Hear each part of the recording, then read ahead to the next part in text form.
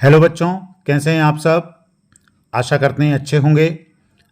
कक्षा 10वीं एवं 12वीं के छात्र छात्राओं का रिजल्ट आज आ गया। आप लोगों ने अपने मेहनत के अनुरूप सफलता प्राप्त की होगी, ऐसा मुझे विश्वास है।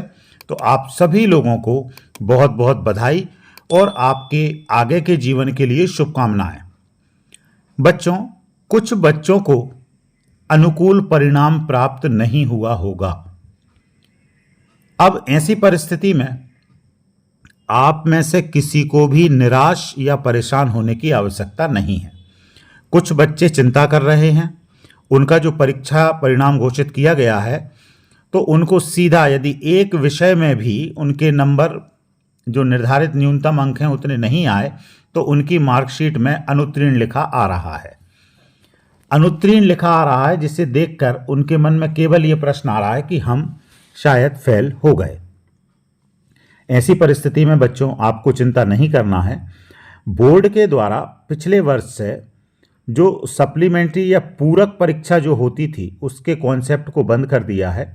उसके स्थान पर अब द्वितीय परीक्षा होती है जिसमें आप एक से ज़्यादा विषयों की भी परीक्षा दे सकते हैं। तो परीक्षा परिणाम घोषित होने के साथ ही द्वितीय परीक्षा के आवेदन भरना भी प्रारंभ हो गए हैं। एमपी ऑनलाइन की साइट पे आप अभी चाहें तो अभी भी फॉर्म भर सकते हैं। तो आप द्वितीय परीक्षा का फॉर्म भर के आगामी माह मई माह में परीक्षा प्रारंभ हो जाएगी।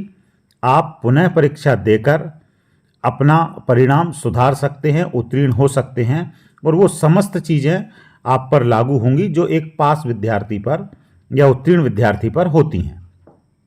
तो बच्चों, द्वितीय परीक्षा में कौन कौन पात्र हैं, किस प्रकार से आवेदन करना है, कौन कौन से नियम हैं, उन सबको मैं शॉर्ट में आपके साथ यहाँ चर्चा कर लेता हूँ ताकि आपको समस्त चीज़ें कन्फर्म हो जाएं, क्लियर हो जाएं कि क्या क्या प्रक्रिया होने वाली है।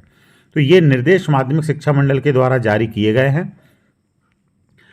हाई स्कूल की परीक्षा और हायर सेकेंडरी की परीक्षा, इनकी जो द्वितीय परीक्षा है वो 7 मई 2026 से 19 मई 2026 तक चलने वाली है। और इसका समय जो होगा, सेकेंड एग्ज़ाम जो होगा वो सुबह 9 बजे से 12 बजे तक निर्धारित होगा। जो परीक्षा केंद्र है वो आवंटित होंगे आपको। अब ये जो परीक्षा है इसका विस्तृत टाइम टेबल, किस तारीख को किस विषय का प्रश्न पत्र है, वो भी मैं इसी वीडियो के अंत में उसका जो स्क्रीनशॉट है वो भी लगा दूंगा ताकि आप उसे नोट कर पाएँ। लेकिन यहाँ पर हमारा फोकस जो है वो इसके नियमों को जानने का है। तो पहले हम उन नियम पर चर्चा करते हैं।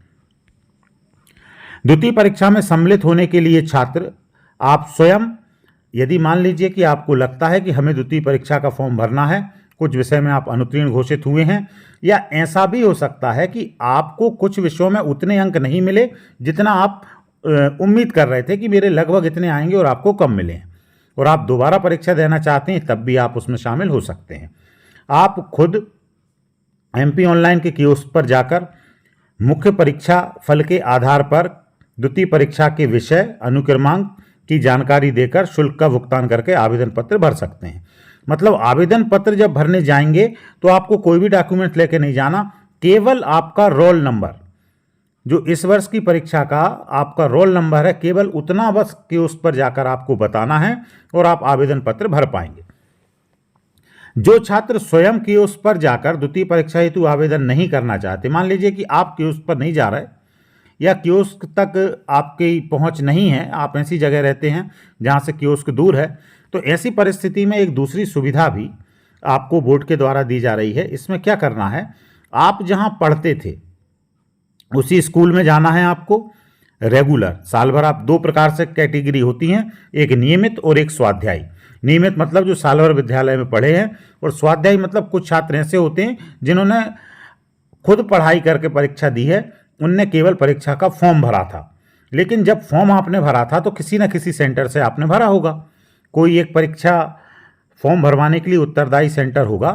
तो नियमित परीक्षार्थी जिस विद्यालय में पढ़ते थे उस विद्यालय में, और प्राइवेट परीक्षार्थी जहां से उनने फॉर्म डाला है उस विद्यालय में, तो वहां पर जाएंगे और उनके जो प्राचार्य हैं उस संस्था के, उनको अपना नाम, अनुक्रमांक और द्वितीय परीक्षा के विषय कि आप कौन कौन से विषय की परीक्षा देना चाहते हैं ये सब लिख के अपना आवेदन उनको जमा करेंगे और जो निर्धारित फीस है, अब किस सब्जेक्ट के लिए कितनी फीस लगेगी हम अंत में इस वीडियो के देखने वाले हैं। और उस फीस के साथ पोर्टल चार्ज 25 रुपये। तो जो भी राशि बनेगी, मान लीजिए कि फीस आपकी एक विषय में आप डाल रहे हैं, फीस आपकी मान लीजिए 500 रुपये लग रही है, 25 रुपये पोर्टल चार्ज, तो आपको टोटल 525 रुपये स्कूल को जमा करने होंगे। तो वहाँ से आपके जो प्राचार्य होंगे वो निर्धारित टाइम में जाके आपका आवेदन दर्ज करवाएंगे कियोस्क पर। शैक्षणिक सत्र की प्रथम परीक्षा में पंजीकृत छात्र छात्राएं ही उस सत्र की द्वितीय परीक्षा में सम्मिलित होने के लिए पात्र होंगे।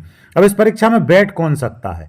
जिन्होंने 2026 की मेन परीक्षा दी है, मतलब अभी फरवरी में जो एग्जाम हुए, जिनका आज रिजल्ट आया है, जो इस परीक्षा में बैठे हैं वही द्वितीय परीक्षा का आवेदन भर सकते हैं। ऐसा नहीं कि आप पिछले साल अनुत्तीर्ण थे या पिछले साल परीक्षा में बैठे थे तो आप सोचें कि हम फिर से भर देंगे, तो नहीं, आप नहीं भर पाएंगे। केवल इस वर्ष मुख्य परीक्षा में बैठने वाले छात्र छात्राएं ही उस आवेदन को कर पाएंगे।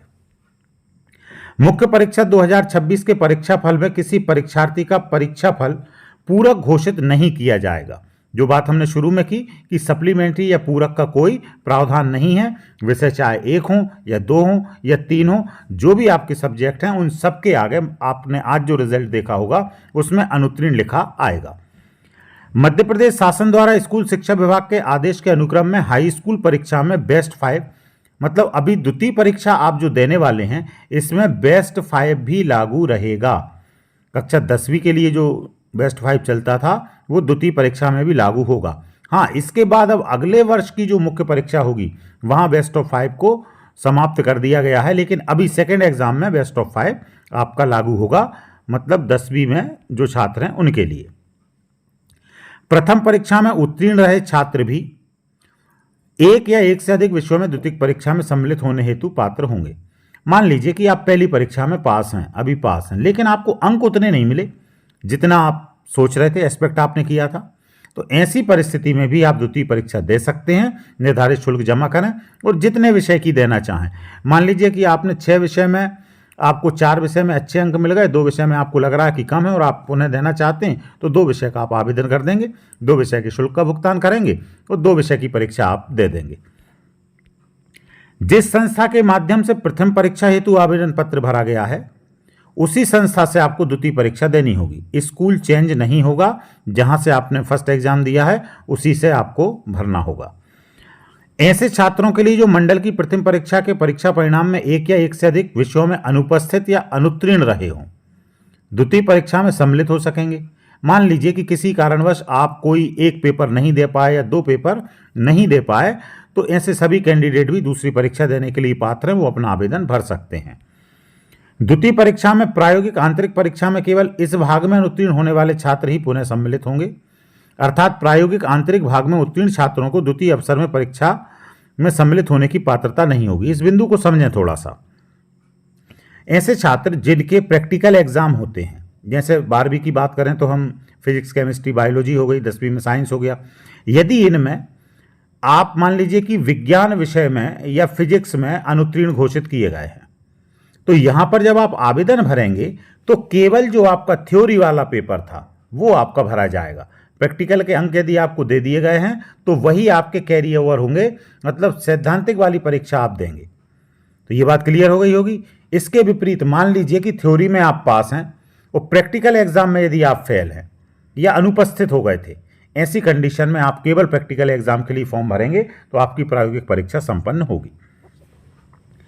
द्वितीय परीक्षा में सम्मिलित होने वाले छात्रों के लिए निर्धारित शुल्क के साथ परीक्षा आवेदन भरना अनिवार्य होगा, किंतु परीक्षा के दौरान छात्र द्वारा प्रथम परीक्षा में लिए गए विषय में परिवर्तन मान्य नहीं होगा। जो पहली परीक्षा में आपके सब्जेक्ट हैं उन्हीं सब्जेक्ट से परीक्षा देना है, कोई सब्जेक्ट चेंज करने का प्रावधान नहीं होगा।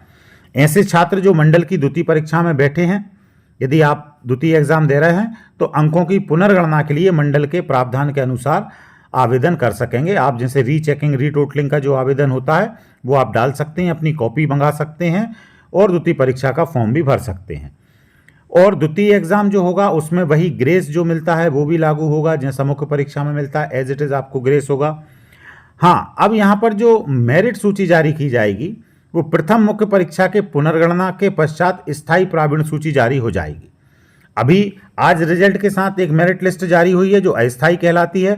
पुनर्गणना के आवेदन के बाद जब डेट ओवर हो जाती है उसके बाद फिर एक स्थायी सूची जारी होती है। तो बस वही सूची फाइनलाइज होगी। द्वितीय परीक्षा के रिजल्ट के बाद मेरिट में कोई चेंज नहीं आएगा, कोई नई सूची जारी नहीं होगी। प्रथम मुख्य परीक्षा के परिणाम घोषित होने के उपरांत द्वितीय परीक्षा में सम्मिलित होने के लिए चयनित छात्रों को छोड़कर शेष प्रथम मुख्य परीक्षा के छात्रों की अंक सूची मुद्रित कर जारी की जाएगी। अभी जब तक द्वितीय परीक्षा की डेट चलेगी आवेदन करने की, तो सेकेंड एग्जाम के बाद ऐसे छात्र जिनने द्वितीय परीक्षा का आवेदन भरा है, वो चाहे अनुत्तीर्ण थे या अंक सुधारने के लिए उन्होंने भरा है, दोनों ही कंडीशन में उनकी मार्कशीट नहीं आएगी। जिनने नहीं भरा है उनकी मार्कशीट प्रिंटिंग के लिए चली जाएंगी, लेकिन आपकी मार्कशीट अभी नहीं आएगी। वो कब आएगी? जब द्वितीय परीक्षा कंप्लीट हो जाएगी।